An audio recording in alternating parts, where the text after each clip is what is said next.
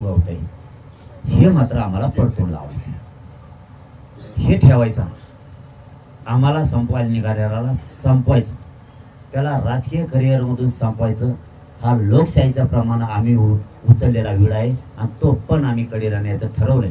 आणि आज छत्रपतींच्या आशीर्वादानं तो सुंदर स्वप्न जे या राज्य आणि राज्याच्या बाहेरचे लोक बघत होते ते आज सुंदर स्वप्न साकार व्हायला लागलं की दलित मुस्लिम मराठा हे मात्र आज याच्यावरती यांच्या सगळ्याच्या संमतीनं त्यांनी माझ्यावरती सोपवलंय. नोमानी साहेबांनी पण आणि यांनी सगळ्यांनीच आज आमचं जे मी म्हणत होतो की समीकरण झाल्याशिवाय मनातून तुम्ही बदल करू शकता पण परिवर्तन नाही करता येत. बदल हा होत असतो पण परिवर्तन हे लवकर होत नसतं. त्या परिवर्तनासाठी आजचा दिवस इतका चांगला आहे की सगळ्यांनी ठरवलंय की मी पाठीमागं म्हणलो होतो दलित मुस्लिम मराठा एकत्र आल्याशिवाय परिवर्तन होणार नाही.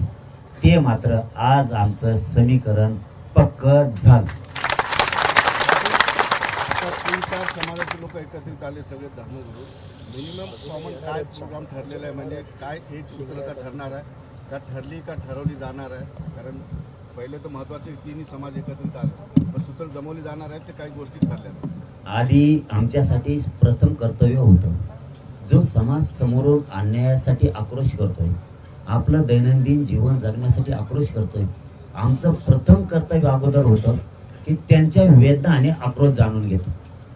आणि ते आम्ही जाणून घेतल्या आणि आम्ही आज जे समीकरण कधी जुळणार नव्हतं 75 वर्षात ते आज एकमतानं, बहुमतानं नाही एकमतानं पक्का झालंय आमचं की आम्ही तिघही आज एकत्र आलोय. हे आमचं फायनल शिक्कामोर्तब. इतक्या वेळच्या चर्चेत सगळे प्रश्न झाले, शेतकऱ्यांचे, मराठा मुस्लिम दलितांचे, ओबीसींचे, धनगरांचे, सगळ्यांच्या प्रश्नावरती आम्ही, महिलांच्या प्रश्नावरती जितके प्रश्न होते आम्ही ड्राफ्टच तुम्हाला देणार आहे. शेतकऱ्यांचा घेतला, युवकांचे प्रश्न असतील, सुशिक्षित बेकारींचे असतील, या सगळ्या बाबत, धर्म सुद्धा त्यावरही आमची चर्चा झाली. मी हिंदू आहे, तुमचा इस्लाम धर्म आहे, यांचा बौद्ध धर्म आहे. आपण एकमेकाच्या धर्मात चपडप करायची नाही. दोघांनाही आपण आपल्या धर्माचा स्वाभिमान असला पाहिजे. मलाही माझा गौरव स्वाभिमान, हे आमचंच याच्यावरती एकमत झालं आणि याने टिकतं. नोमानी साहेबांना हे खूप, त्यांना सुद्धा खूप आवडले हे शब्द जे आम्ही बोललो ते. तसंच आज शिक्कामोर्तब झालं एक भाग पक्का. दुसरं की आता सगळ्या जाती धर्मासाठी 1-2 दिवस आम्ही आणखी मध्ये गॅप ठेवला. हा, कारण लिंगायत धर्म बांधव येणार आहेत, बंजारा बांधव येणार आहेत, ओबीसी मधले काही बांधव येणार आहेत, असे जे बाकीचे धर्मगुरू आहेत, महानुभाव पंथाचे धर्मगुरू आहेत, वारकरी संप्रदायाचे आमचे बांधव आहेत, संत महंत आहेत, हे सगळे एकरूप होणार आहेत. मग असं व्हायला नको आम्ही तिघं एकत्र आलो, बाकीच्यांनी काय केलं. त्यासाठी 2-3 दिवस मध्ये आम्ही 3 तारखेपर्यंत गॅप ठेवलाय. याच्यासाठी ठेवलाय ते लगेच सांगून टाकलो, म्हणजे पुन्हा लफडत नको परत तुम्ही विचारायचं आणि ते सगळं मायनं राहायचं ध्यानात. त्यापेक्षा लगेच वाचा सांगून टाकतो, मोकळा होतो तुम्हाला. कारण आज आमचं ओरिजिनल अधिकृत शिक्कामोर्तब झालंय, मराठा दलित मुस्लिम एकत्र आला. एक. दुसरं, आता जागाचा प्रश्न राहिला, जागा किती लढायची त्याच्यासाठी हे आम्ही 3 तारखेला घोषणा करणार. जागा कोणची, म्हणजे मतदारसंघ कोणचे लढायचे आणि उमेदवार कोण, याच्या बाबत आम्ही उमेदवाराची बाबत लावून धरणार नाहीत एकमेकाला, हे बी आमचं ठरलं. उकडं मोकळं सोडायचं, याला वाजवायचं, हा याला ठेवायचं नाही, हा याला ठेवायचं नाही. हा, याने मला एवढा त्रास दिला ना, माझ्या समाजाला एवढा त्रास दिला की अति त्रास दिला. त्यांचे कधीच आम्ही शत्रू नव्हतो, कधी विरोधकही नव्हतो, असण्याचं कारणही नाही. विनाकारण माझ्या आईवरती हल्ला केला, माझ्या लोक रक्ताच्या थारोळ्यात पाडले काही कारण नसताना. ज्या लोकांनी तुम्हाला राज सत्तेवरती बसवलं त्याच लोकांच्या डोक्यात पोटात तुम्ही गोळ्या घातल्या, रक्ताच्या थारोळ्यात पाडले. आमच्या आई बहिणीवरती तुमच्या हातात सत्ता होती म्हणून तुम्ही इतकं त्रास आम्हाला दिला, आम्हाला हिणवलं, आमच्या शेतकऱ्यांचं वाटोळं केलं, मराठ्यांचं, दलितांचं, धनगरांचं तुम्ही वाटोळं केलं, गोरगरीब ओबीसींचं, मुस्लिमांचं तुम्ही वाटोळं केलं. त्याच्यामुळं मी पुन्हा सांगतो, हे विरोधक नव्हते, कधी शत्रू नव्हते. ज्यांनी आमच्यावरती वार करायला नको होता, आम्हाला हिणवायला नको होतं, हीन वागणूक आम्हाला द्यायला नको होती. कारण तुम्ही एवढा त्रास आमच्या गोरगरीब जनतेला दिला, त्यामुळं हा उठाव होणं आवश्यक होतं. ते झालं, त्यामुळे आम्ही जाग्या फेगायला लफड्यात लई पडणार नाही. आम्ही एक झालोय. आता तिसरा मुद्दा सांगतो. आम्ही लोकशाही मार्गाने चालू. ज्यांची ताकद आहे त्यांनी त्याच्यासाठी वापरायची, आम्ही आमच्यासाठी वापरणार. अजिबात कोणाला दादागिरी करायची नाही. लोकशाही प्रमाणात तुम्ही उभा राहताय तसे आम्ही उभा राहतो. आम्ही ठरवणार कोण माणूस द्यायचा आहे, कोण नाही द्यायचं. त्याच्यावरती दादागिरी कोणी करायची नाही. आचारसंहितेचे सगळे नियम पाळून प्रत्येकानं वागायचं, ती कोणताही पक्ष असो. वर्षानुवर्षे पिढ्याना पिढ्या तुम्ही उभा राहताय. एखाद्या गरीबाचे लेकरं उभा राहतात लोकशाही मार्गाने, तुम्ही त्यांना रोखायचं नाही. अजिबात तुम्ही रोखायचं नाही. तुमच्या पद्धतीनं तुम्ही जनतेपर्यंत जा, मतदारांपर्यंत जा. आम्ही तसेच जाणार आहे. धमकायचे, दादागिरीचे, गुंडगिरीचे प्रयोग करायचे नाही. यामुळं आम्ही लोकशाही मार्गाने आमच्या पद्धतीने चाललोय. 3 तारखेला आम्ही उमेदवार आणि मतदारसंघ सांगणार आहेत. म्हणजे 4ला सकाळपासून फॉर्म काढायला सुरुवात होणार आहे. आणि इथूनच सगळ्याच्या साक्षीनं महाराष्ट्रातल्या मराठ्यांना विशेष करून सांगतो, ज्यांनी फॉर्म भरलेत, ज्या मतदारसंघ आहे त्या मतदारसंघाचा फॉर्म काढ म्हणलं की समाजासाठी फॉर्म काढून घ्यायचा. फॉर्म ठेवायचा नाही. एक नाव सांगितलं त्याचा फॉर्म ठेवायचा आणि बाकीच्यांनी स्टार प्रचारक म्हणून स्वतःच्या खांद्यावर जबाबदारी घेऊन त्याच्यावर गुलाल टाकायचा. आता राखीवच्या सुद्धा आमच्या 4था मुद्दा सगळ्या निघताय. मराठ्यांचा मुस्लिमांचा निर्णायक मतदान येते दोघांचा. आणि आम्ही लढवतो त्या याही काही मतदारसंघ असे 1,20,000 ते 1,45,000 एकटा मराठा. तिथं मुस्लिम सुद्धा आहे, तिथं दलित पण आहे. म्हणजे ह्या समीकरणात आपले शिटच पडत नाही. फक्त शांततेत आणि लोकशाही मार्गाने सगळ्यांनी चालायचंय, संयम ठेवायचा. माझ्या समाजाला सांगतो, मान कापली तरी मी हटणार नाही. तुमच्यावर किती दादागिरी झाली, किती गुंडागिरी केली, एकाही मराठ्याने मग घालायचा. कारण आता गुलामगिरी झुगारून लावायची म्हणजे लावायची. अजिबात कोणाच्या दहशतीत जगायचं नाही. आणि मी ही समाज या राजकीय लोकांच्या गुंडगिरीतून बाहेर काढला. मी माझा समाज आजाद करण्यासाठी यशस्वी झालेला आहे. माझा समाज एकजूट होऊ देत नव्हते, तो झाला. यांच्या अन्यायाच्या जाळ्यातून मी माझा समाज बाहेर काढला. मराठ्यांनी इथून पुढे आजाद म्हणूनच जगावं. कोणाच्याही पाठीमागं स्वतःचं लेकराचं भविष्य फरफटत नेऊ नये. मी या आजच्या झालेल्या बैठकीच्या माध्यमातून सगळ्या समाज बांधवांना सांगतो. पाटील, तुम्ही आता बोलताना बोलले की आमचं दुःख, आमचा संघर्ष, आमच्या वेदना एकच आहे. काय नेमकं त्या वेदना आहेत आणि त्याच्यामुळे तुम्ही अशक्य गोष्ट शक्य करता, एवढा समाज एकत्रित दिलंय काय? आमच्यावरचा अन्याय दलितांना दिलंय काय? मुस्लिम मराठ्यांना दिलंय काय? धनगरांना ओबीसीना दिलंय काय? मायक्रो ओबीसी आत्ता या रडतो. काय दिलं शेतकऱ्याला तुम्ही? 75 वर्षात लाईटचा पोल 72च्या दुष्काळात टाकलेले त्याशी वाकडे झाले, ते सुद्धा टाकले नाहीत. आणखी तुम्ही केलंय काय? लाईट पाणी तेच ऐकतोय मी लहानपणापासून. कोणचं सरकार आलं की लाईट पाणी आरोग्य शिक्षण विकास एवढं देऊ. काय दिलं होता? पाणी नाही दिलं, शेतीमालाला भाव नाही.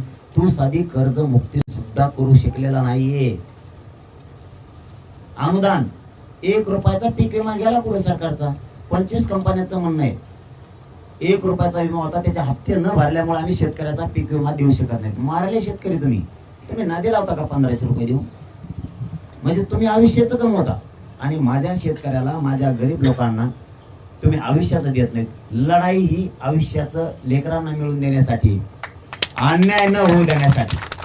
बस खूप बघितलं आता नाही. सहन करण्याची क्षमता संपली. आता परिवर्तन होणार. पुरे सुपडा साफ करणार म्हणजे करणार, सोडतच नाही मी आणणार. अजेंडा ठरवणार ते नंतर आता त्या गोष्टी होत राहतात. चिन्ह मिळालं ठरवून राहू. हा चिन्ह यायचं राहिलं का बाळलाय मोठं मसाला पाळलाय. हा आता आम्ही 3 तारखेला सगळं बाहेर टाकतो ना. आम्हाला बघून द्या ना कोण कोण ठेवते काय काय करते त्यांची काढागाली सुरू होणार आहे ना तिथं. मग आता एखादा डाव एवढा शेवटचा खेळू द्या आम्हाला बी, कारण आमचं काय झालेलं आहे. मी खरं सांगतो पण काय ठेवणार राहून द्या राव, राजकारणातलं कोण ठेवत असते मंदिर काही सगळं सांगत नसतं असं म्हणते. हा मला लय शिकेले आता भरपूर त्यांनी आमच्या देवेंद्र तात्यांनी त्यांनी लय शिकेलंय मला. मी म्हणत होतो मला वाटावर नेऊ नका, लय पाचका करेल तुमचा. हा ते हलक्यातच घेतो का उडलं सुटलं की त्याच्यामुळं आता मी तरी कमीत कमी आता आमचा कोणी विरोधक नाही फिरोधक नाही, आम्ही लोकशाही मार्गाने चालू. अजिबात मध्ये कोणी यायचं नाही माझ्या वाट्याला.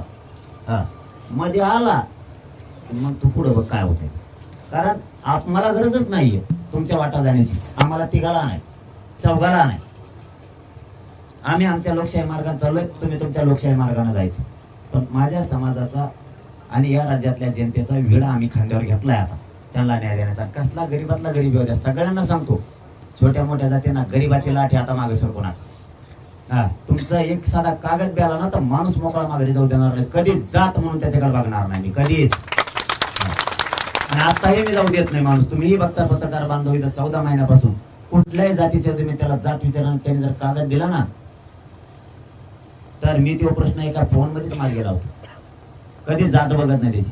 कित्येक तरी मुस्लिम बांधवांचा अनुभव आहे, कित्येक तरी दलित बांधव मी तुम्हाला उभा करून दाखवीन, कित्येक तरी धनगर बांधव ओबीसी बांधव मी उभा करून दाखवीन तुम्हाला की मी त्यांच्यातले जात कधीच बघितले नाही. एकदा जर ह्या गरीब पोरांच्या हातात केंद्र दिलं ना तुम्ही दोरे, यांचा खेळच आवडतो.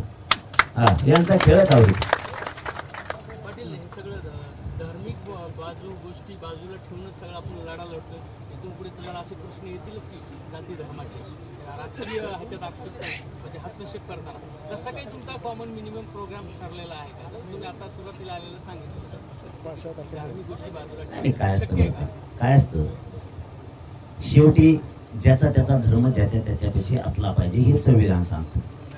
हा तुमच्या बुद्धीनं चालून आम्हाला चालणार नाही. आम्ही हिंदू आहेत ना, कट्टर. आरक्षणाला विरोध कोण करतो? हिंदू. आम्हाला तू कुटाकुटी लागतो का आम्ही? हा नाही ते तर भाग वेगळा आहे हो. पण इथं जर तुम्हाला आम्ही धोक्यात येत आमचे लेकर धोक्यात येत ना, काय हिंदू म्हणत नाही की ह्या गरीब मराठ्यांना आरक्षण देऊन टाका. भांडणं खेळायला आम्ही लागतो तुम्हाला, आणि आरक्षणाच्या दिवशी लागत नाही. धर्माचा आपण आपल्या ठिकाणी सगळ्यांचा सन्मान, मी सांगतानाही सांगितलं, त्यांच्या समोरही सांगितलं आणि तुमच्या समोरही सांगितलं, एकमेकाच्या धर्मात चपडप आम्ही कोणीही करणार नाही. ज्याचा ज्याला त्याला स्वाभिमान. आम्ही धर्म परिवर्तन नाही, सत्ता परिवर्तन करायला एकत्र आलो. मी कट्टर हिंदू आहे, मी छत्रपतींचा हिंदू तुम्हाला मान्य आहे, त्यामुळं मला स्वाभिमानी गर्व आहे. मुस्लिम धर्माला त्यांच्या धर्माचा स्वाभिमान गर्व असला पाहिजे, तसाच बौद्ध धर्मांना त्यांच्या धर्माचा स्वाभिमान असला पाहिजे. आपण एकत्रित येत सत्ता परिवर्तनासाठी, आणि ती मात्र आता आम्ही करणार. आमच्या त्याच्यात कोणाचं जमत नाही, आम्ही गप्पा आणल्या घरच्यासाठी. आपलं तसं आहे, एक तर मग हिंदी त्यांना कळत नाही. हा त्यांचं 4-5 माणसं सांगायला मी बोललो की ते लय मसाला पांगवतोय आमचा. पण साहेब म्हणले दादा तुला शिकतो मी बराबर हिंदी. साहेबाला म्हणलं पण तुमची हुकू शिकते बरं का मायामुळे. मला आता पण ते शिकते मला आपलं ते पण होणार, ते मला हिंदी शिकेना 100%. आणि मला हिंदी शिकली मी राज्य बी गेले बाकीचं. हा मी बाकीचे राज्य बी गेले ना. पाटील आता तुमची एकी झाली, पण इतर तुमच्या समविचारी काही लोक यायचं जर राजकीय असतील नेते असतील ते जर तुमच्याकडे आले तर त्यांना सुद्धा सामावून घेण्याची शक्यता आहे. आता एवढं मिळून आपण नाही, मी सांगतानाच तुम्हाला सुरुवातीला काय सांगितलं की आज आमचं जे महत्वाचं अधिकृत बैठक होती की मराठा मुस्लिम दलित एकत्र येणं आधी गरजेचं होतं.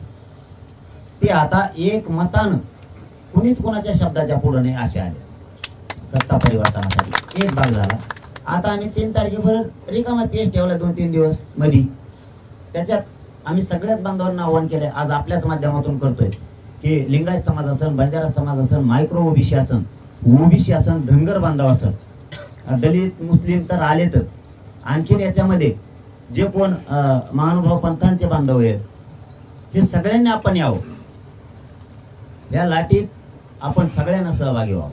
ही लाट तुमच्या गोर गरिबांच्या लेकराला न्याय मिळवून देणार आहे. अशी लाट 75 वर्षात आली नाही, आणि ही लाट यायला 75 वर्ष वाट बघायला लागली. ही जर संधी सोडली तर 75 वर्षे पुढची सुद्धा आणखी लाट येईल की नाही अशी परिस्थिती.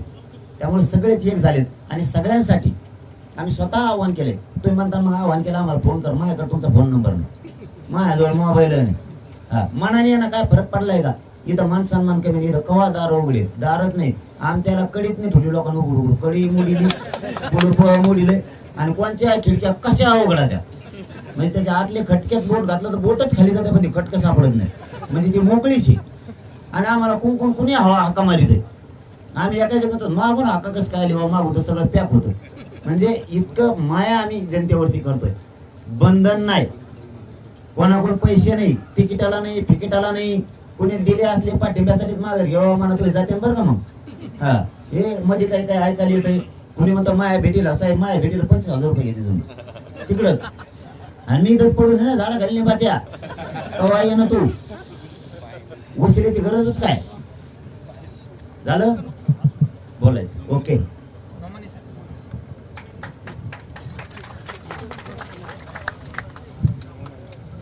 देखिए, देश हमारा बहुत ही कठिन परिस्थितियों से गुजर रहा है, तो अनेक तरह की चुनौतियों का सामना है.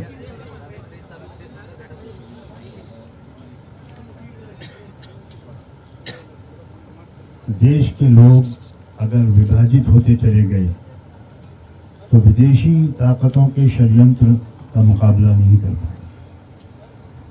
बहुत कम लोग ये बात जानते हैं कि जो देश के अंदर फूट डालने वाली शक्तियां हैं, जो आज सत्ता में हैं, वो विदेशी ताकतों की एजेंट हैं और उनके इशारे पर इस देश को विभाजित करने के लिए उसी पुराने फार्मूले पर अमल करने की कोशिश कर रही है, डिवाइड एंड रूल.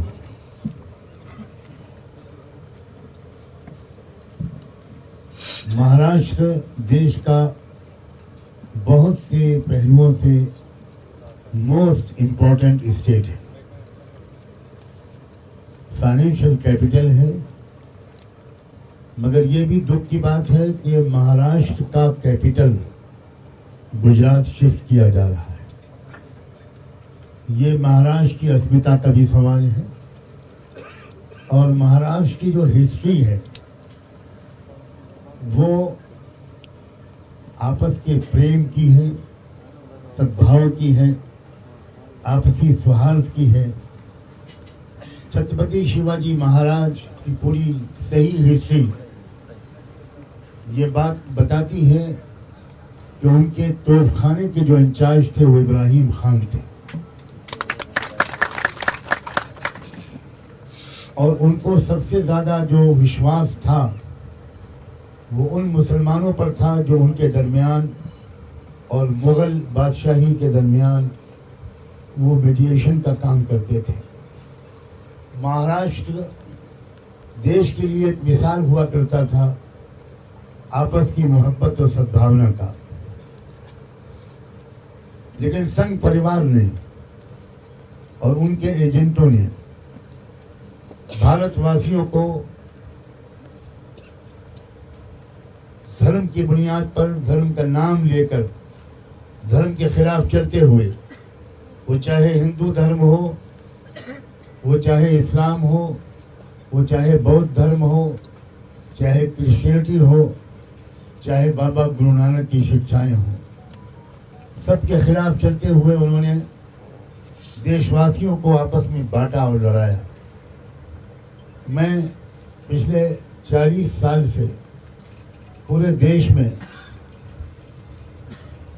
गरीबों, मजदूरों, किसानों, महिलाओं, दबे कुचले लोगों, शेड्यूल कास्ट के लोग हों, ट्राइबल लोग हों, SC ST हों, अल्पसंख्यक के लोग हों, मुस्लिम हों, क्रिश्चियंस हों, सिख हों, उनको इकट्ठा करने की का प्रयास कर रहा हूं. और मुझे इस बात की बहुत खुशी है कि अगर मीडिया हमारे साथ जरा सा सच बोलने का बर्ताव कर लेता, यहाँ मीडिया के दोस्त अब मौजूद हैं, मैं उनसे निवेदन करता हूँ कि बहुत बोल चुके झूठ आप, अब थोड़ा सच का भी अनुभव करना चाहिए. देश का किसान, वो देश जो सोना उगलता है उस देश के किसान को आत्महत्या करनी पड़े, क्या इससे बड़ा भी कोई शर्म की बात है? फिर सबसे ज्यादा आत्महत्या करने वाले किसान महाराष्ट्र में हैं। कितनी शर्म की बात है। सारी दौलत पूंजीपतियों को दी जा रही है, सारी फॉर्मेलिटीज अडानी और अंबानी को सारी कैपिटल दिया जा रहा है, और किसान जो सारे देश को का अन्नदाता है वो किसान भूखा मर रहा है और आत्महत्या कर रहा है। जो देश की जो असली समस्याएं हैं, रियल इश्यूज, उनको एड्रेस करने के बजाय कभी मंदिर का मसला उठाया जाता है, कभी मस्जिद का, कभी मणिपुर में क्रिश्चियंस का नरसंहार किया जाता है, जेनोसाइड किया जाता है। आप सोचिए जरा, रियल इश्यूज हमारे देश में क्या हैं, क्या हो रहा है हमारे देश में। एक दलित दूल्हा अपनी बारात लेकर वो घोड़ी पर चढ़कर नहीं जा सकता। वो भारत है जिसके संविधान में समता, इक्वलिटी, भाईचारा, जस्टिस सब कुछ उसके प्रेम्बल में लिखा है। बाबा साहब अम्बेडकर की लीडरशिप में 250 लोगों ने या उनसे भी ज्यादा ने, जो कॉन्स्टिट्यूएंट असेंबली के लोग थे, 2.5 साल की विचार विमर्श और डिबेट के बाद उन्होंने जो संविधान बनाया था, वो it is one of the best constitutions in the world undoubtedly. मैं एक लॉ का स्टूडेंट भी रहा हूं। मैंने दुनिया भर के संविधान पढ़े हैं, अमेरिका, यूरोप के सब मुल्क, सब जगह गया भी हूं। मैं फख्र के साथ कहता हूं कि भारत के संविधान जैसा कोई संविधान अभी तक मुझे अपनी नजरों से नहीं मिला। एक एक शब्द पर बहस होती थी। जो लोग बहस करते थे वो अपनी संतानों और परिवारों के लिए नहीं करते थे, वो भारत के किसानों के लिए करते थे, भारत के मजदूरों और महिलाओं के लिए करते थे, भारत के मजलूम और दबे कुचले समाज के लिए करते थे। महाराष्ट्र की एक तारीख है कि उसने लीडिंग रोल प्ले किया है। ये बात महाराष्ट्र वालों को समझनी चाहिए। बड़े बड़े लीडर्स जिनके विचारों से हो सकता है उनमें से कुछ लोग सहमत भी ना हो, लेकिन वो इसी महाराष्ट्र की धरती से पैदा हुए, तो मालूम होता है कि महाराष्ट्र की धरती में एक क्रांतिकारी क्षमता और सलाहियत मौजूद है। मैं यूपी का रहने वाला हूँ, इसलिए मराठी में आपसे नहीं बोल पा रहा हूँ, माफी चाहता हूँ। लेकिन आज हम दोनों के दरमियान एक ये भी फैक्ट हुआ है कि ये मुझे मराठी सिखाएंगे, मैं इनको हिंदी सिखाऊंगा, ताकि पूरे देश में जाकर ये संबोधित कर सके। इन्होंने मुझे बताया कि हरियाणा मुझे बुलाया गया, मैं इसलिए नहीं गया कि मैं हिंदी नहीं बोल सकता। मुझे और भी जगह बुलाया गया, मैंने कहा जब तक आप हिंदी अच्छी नहीं बोलेंगे तब तक मैं आपको ट्रांसलेट करने के लिए हर जगह जाऊंगा, आपकी बातों का अनुवाद करूंगा। मैं जिरंगी पाटिल की शक्ल में ये जो इन्होंने एक पूरा आंदोलन खड़ा किया, और मैंने उस सिलसिले में जो मालूमात की, और हमारे लाल रतन अम्बेडकर बहुत पुराने दोस्त थे, बहुत पुराने साथी, और बहुत अटूट विश्वास है हम दोनों को एक दूसरे के ऊपर। फिर हम दोनों ने आपस में भी विचार विमर्श किया।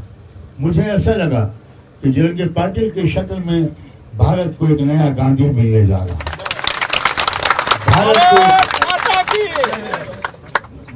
जिरंगी पाटिल की शक्ल में भारत को एक नए बाबा साहब डॉक्टर अम्बेडकर मिलने वाले हैं। जिरंगी पाटिल की शक्ल में भारत को एक नए मौलाना अबुल कलाम आजाद मिलने वाले हैं। हम सबको मिलकर इस भारत को उन ऊंचाइयों तक पहुंचाना है जिन ऊंचाइयों तक पहुंचाने की क्षमता परमेश्वर ने भारत की धरती में रखी है। मैं दुनिया भर में गया हूं, तकरीबन मैंने दुनिया में ऐसे देश देखे जिनमें आध्यात्मिकता की क्षमता तो है लेकिन साइंस और टेक्नोलॉजी की नहीं है, या कुछ ऐसे देश हैं जिनमें साइंस और टेक्नोलॉजी की सलाहियत तो है लेकिन स्पिरिचुअलिटी और आध्यात्मिकता की सलाहियत नहीं है। भारत उपमहाद्वीप वो अकेला रीजन है पूरी दुनिया में जिसमें साइंस है, टेक्नोलॉजी और स्पिरिचुअलिटी की जबरदस्त सलाहियत है। और इसकी सबसे शानदार मिसाल डॉक्टर APJ अब्दुल कलाम थे। वो बहुत बड़े सन्यासी भी थे, शायद आपको ये बात मालूम नहीं। वो बहुत बड़े संत भी थे, वो बहुत बड़े स्पिरिचुअल स्कॉलर भी थे। वो एक पुराना फटा हुआ सूटकेस लेकर राष्ट्रपति भवन में आए थे। वही पुराना फटा हुआ सूटकेस लेकर वो राष्ट्रपति भवन से वापस गए। भारत को ऐसे लीडरों की जरूरत है। इसीलिए अब मैं भी फकीर और जरंगे पाटिल भी फकीर, ये दो फकीरों का संगम है। खुदा करे हम हमेशा फकीर रहें। कहिए आमीन। हाँ, हम आपसे वादा करते हैं कि हम देश की संपत्ति नहीं लूटेंगे। हम देश पर अपनी पूरी सलाहियत को कुर्बान कर देंगे। महाराष्ट्र की जनता से, यहाँ मौजूद सारे मीडिया के माध्यम से मेरी अपील है कि आने वाले चुनाव में आप पूरे देश महाराष्ट्र के लोग खुद फैसला करें। फाशीवादी ताकतों को कमजोर करना देश के हित में है कि नहीं है। जो लोग इस देश को तोड़ना चाह रहे हैं और जो लोग नफरत के सौदागर हैं, जो लोग नफरत के एजेंडा देश में फैला रहे हैं, लड़ा रहे हैं, ओबीसी को उनके अधिकार नहीं देते, दलितों को उनके अधिकार नहीं देते। आप सोचिए, दलित दूल्हा को, दलित इंसान को मूछे रखने की इजाजत नहीं है। ये कौन से धर्म में है भाई? ये कौन से संविधान में है? यहाँ तक के 2014 में जो भाजपा आई बहुमत लेकर, मैं साफ साफ कहना चाहता हूँ, वो हिंदुत्व की वजह से नहीं आई थी। वो 15 लाख रुपए हर एक के अकाउंट में आएंगे, इस वादे की वजह से आई थी। सही है कि नहीं? वो उसने दूसरा वादा किया था, वो ये कि किसानों की जो आमदनी होगी, आय होगी, वो दुगनी हो जाएगी। इसलिए किसानों ने मुट्ठी भर भर के भाजपा को वोट दिया था। तीसरी, उन्होंने कहा था हर साल 2 करोड़ युवाओं को जॉब देंगे। आप जानते हैं कि महाराष्ट्र में सबसे ज्यादा अनएम्प्लॉयमेंट है, सबसे ज्यादा बेरोजगारी, सबसे ज्यादा अनएम्प्लॉयड नौजवान, पढ़े लिखे नौजवान महाराष्ट्र में। इसलिए पूरे देश के नौजवानों ने भी उनको वोट दिया था और ठीक किया था। किसानों ने भी ठीक किया था। 2 करोड़ जॉब मिलेंगे, इस वादे पर यकीन करके नौजवानों ने भी उनको वोट दिया था, वो भी ठीक किया था। 15 लाख रुपए हर भारतीय के अकाउंट में आएंगे, इस वादे पर यकीन करके वोट दिया था, ये भी ठीक किया था। लेकिन फिर क्या हुआ? किसी के अकाउंट में 15 लाख आए,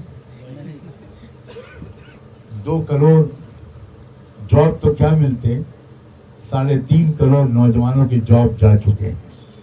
ये सरकारी आंकड़ा है। क्या हालत हो गई है देश की? किसान आत्महत्या कर रहा है, नौजवान आत्महत्या कर रहे हैं, जॉब नहीं मिल रहा है। आमदनी दुगनी क्या होगी किसान की?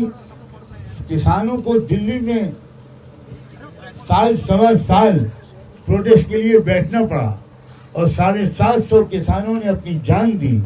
आप सोचिए जरा, जब 2019 आया तो ये वादे नहीं काम आ सकते थे। इसलिए इस वादे को हमारे प्रधानमंत्री ने कहीं नहीं दोहराया। इसके बजाय उन्होंने पुलवामा का ड्रामा किया। पुलवामा के ड्रामे के जरिए से देश को उन्होंने बेहोश किया और उसके नतीजे में उन्होंने क्या किया? उसके नतीजे में जाहिर है कि देश की एक मानसिकता बनी और फिर लोगों ने उसके हिसाब से उससे में आकर वोट डाला और सही किया। अब आइए 2024 में न वो वादे कर सकते थे, न पुलवामा वाला ड्रामा कर सकते थे। अब उन्होंने क्या किया? अब उन्होंने कहा कि अब अगर तुमने चुनाव में कांग्रेस को वोट दिया तो कांग्रेस तुम्हारी 2 भैंसों में से 1 भैंस ले जाएगी और 1 भैंस मुसलमान को दे देगी। दुनिया की सबसे बड़ी डेमोक्रेसी का प्राइम मिनिस्टर इतनी जाहिलाना बात कर रहा है, हर भारत के नागरिक का सर शर्म से झुक गया। उन्होंने दूसरी बात क्या कही? महिलाओं से कहा कि अगर तुमने कांग्रेस को वोट दिया तो फिर वो तुम्हारे गले से कांग्रेस वाले मंगलसूत्र खींच के ले जाएंगे और वो भी मुस्लिम महिलाओं को दे देंगे। क्या वक्त नहीं आ गया है कि देश को ऐसे जाहिल, ऐसे फाशीवादी लोगों से छुटकारा दिलाया जाए? मैं जरंगे पाटिल की हिम्मत को दाद देता हूँ। और हमारी 2-2.5 घंटे की मीटिंग में जो बात स्पष्ट रूप से तय हुई है, वो ये बात तय हुई है, बहुत साफ लफ्जों में मैं बताना चाहता हूँ। हम लिखित रूप में भी एक डिक्लेरेशन इशू करने वाले हैं। ये हमारे दरमियान सहमति बनी है कि हम एक लिखित रूप में एक डिक्लेरेशन जारी करेंगे और उसमें मुस्लिम समाज की जो डिमांड्स हैं वो क्या हैं, जो मराठा समाज की डिमांड्स हैं वो क्या हैं, दलित समाज की जो डिमांड्स हैं वो क्या हैं, जो दूसरे ओबीसी हैं, बंजारा समाज हैं, दूसरे समाज की डिमांड्स हैं, वो सबको मिलाया जाएगा और 1-2 दिन के अंदर वो चीज़ आपके सामने आ जाएगी। और एक कॉन्स्टिट्यूंसी पर हम लोग आपस के विचार विमर्श के साथ, आपस की सहमति के साथ, और ये देश की तारीख में शायद पहली बार होने जा रहा है, एक सीट पर हम लोग आपस के मशवरे और विचार विमर्श के जरिए से हम किसी एक कैंडिडेट को सपोर्ट करने का ऐलान करेंगे ताकि वोट डिवाइड न हो। हम सब मजलूमों का, हम सब लोगों का जिनके संवैधानिक अधिकार छीने गए हैं और जिनकी महिलाओं की बेइज्जती रोज की जा रही है, जिन किसानों का, जो अल्पसंख्यक समाज है, जो मराठा समाज है, जो दलित समाज है और दूसरे और वो समाज, उन सब से विचार विमर्श करके एक साझा एक ऐलान इशू करेंगे। वही हमारा कॉमन मिनिमम प्रोग्राम होगा और उसी के मुताबिक हम आपस में कैंडिडेट्स की लिस्ट शेयर करके और हर सीट पर किसी एक उम्मीदवार को सपोर्ट हम सब करेंगे। यही मेरा संदेश है और मैं समझता हूँ इससे ही महाराष्ट्र से एक क्रांति शुरू होगी जो देश के चप्पे चप्पे में पहुंचेगी और उसके लीडर जरंगे पाटिल हों।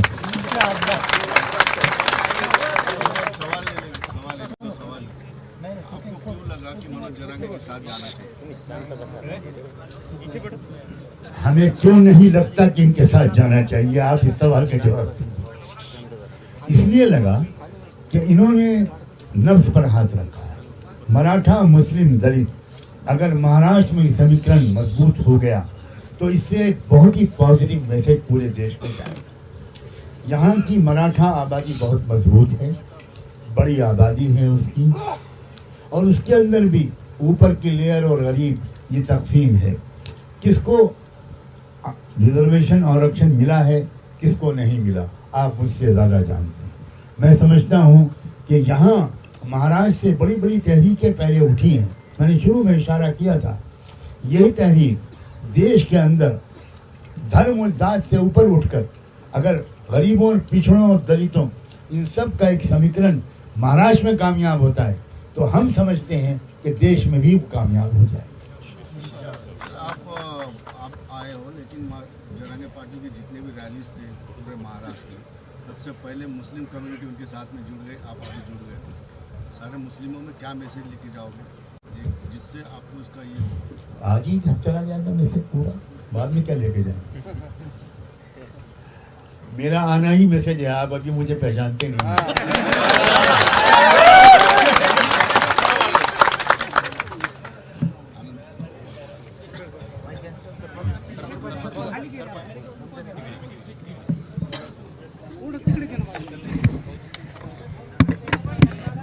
आज जरांगे पाटलांच्या बरोबर या इथे अजद साहेब आणि आम्ही असे सर्वजण मिळून अत्यंत 2-2.5 तास घमासान अशी चर्चा झाली आणि ह्या देशामध्ये ज्या पद्धतीचं वातावरण आहे, धर्माच्या नावाखाली आणि जातीच्या नावाखाली या देशामध्ये राजकारण करून या देशामधल्या गरिबांना, या देशामधल्या दुबळ्यांना, या देशातल्या दलितांना, या देशातल्या मराठ्यांमधल्या गरीब माणसाला, ओबीसीला सत्तेपासून, संपत्तीपासून वंचित ठेवण्याचा हा जो 75 वर्ष प्रयोग चाललेला आहे तो कुठेतरी उधळून लावायचा आणि खऱ्या अर्थानं या देशामधली ही लोकशाही, या लोकशाहीची फळं या देशामधल्या आमचा गरीब मराठा असेल, आमचा दलित बांधव असेल, आमचा मुस्लिम बांधव असेल,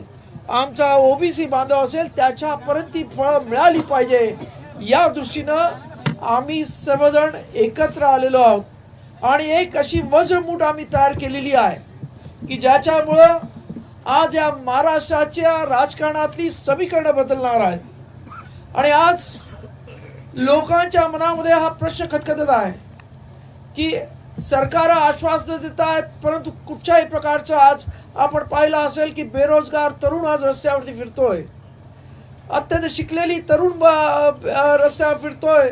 आमचा शेतकरी छोट्या छोट्या कर्जासाठी नाशिकमध्ये, मला माहिती आहे, मी स्वतः गेलोय की छोट्या छोट्या कर्जांसाठी त्यांच्या घरांवरती, त्यांच्या शेतांवरती जप्ती आणलेली आहे. परंतु त्या तिथे अंबानी आणि अडाणीची करोडो रुपयाची, लाखो करोडो रुपयाची कर्ज माफ केली जातात. हे कुठेतरी थांबवायचं असेल तर खऱ्या अर्थानं या देशातल्या शेतकऱ्याच्या हातामध्ये, या देशातल्या दलिताच्या हातामध्ये, या देशाच्या ओबीसीच्या हातामध्ये, या देशाच्या मुस्लिमाच्या हातामध्ये सत्ता येणं अत्यंत गरजेचं आहे. आणि तोच प्रयत्न आज आम्ही सर्व मिळून करत आहोत की जेणेकरून या देशामधला जो 85% वंचित माणूस आहे, जो सत्ता संपत्तीपासून वंचित आतापर्यंत 75 वर्ष राहिलेला आहे, त्याला सत्तेवरती पोहोचवणं याच ध्येयानं खऱ्या अर्थानं मनोज जरांगे पाटलांनी हे जे काही सुरुवात केली की या गरीब मराठ्यांना आरक्षण मिळालं पाहिजे. छोटा प्रश्न आहे की आजपर्यंत त्यांना आरक्षण मिळत नाही, ते पाठीमागे राहत आहेत, त्यांना आरक्षण मिळालं पाहिजे. बाबासाहेबांनी सुद्धा त्या काळामध्ये मराठ्यांना आरक्षण मिळावं यासाठी संविधानामध्ये तरतूद केली होती. त्यावेळेचे पंजाबराव देशमुखानं स्वतः ती तरतूद पाहिली, पण दुर्दैवानं त्या काळच्या मराठा समाजाच्या नेत्यांनी आम्हाला आरक्षण नको अशा पद्धतीची भूमिका घेतली आणि त्यामुळं दुर्दैवानं ते मराठ्यांचं आरक्षण आज सुद्धा मिळालेलं नाही. परंतु त्याच पंजाबराव देशमुखानं विदर्भामध्ये जाऊन मराठा समाजाला सांगितलं, तुम्ही आपल्या स्वतःला कुणबी म्हणून समजा, म्हणून घ्या. आज विदर्भामधला मराठा कुणबी म्हणून आरक्षण घेतोय, आज खानदेश मधला घेतोय, आज पश्चिम महाराष्ट्रातला घेतोय, आज कोकणातला मराठा आरक्षण घेतोय. मग या मराठवाड्यातल्या मराठ्याला आरक्षण का मिळून? तर मित्रांनो, आपण बघत आहोत जरांगे पाटील यांची महत्त्वाची बैठक आणि शेवटच्या दिवसापर्यंत ते आपल्या समाजासाठी कशी लढत आहे आणि त्यांनी सर्व समाज एकत्र करून हा निश्चय केला आहे की आपण आपले उमेदवार प्रत्येक जाती धर्माचे दिले पाहिजेत. तर त्यांचा जातीभेद नसताच ते आपला एकजुटीचा मेळावा दाखवत असून ते आपल्या कार्यकर्त्यांना आणि आपल्या जातीतल्या लोकांना सांगत आहेत की आपण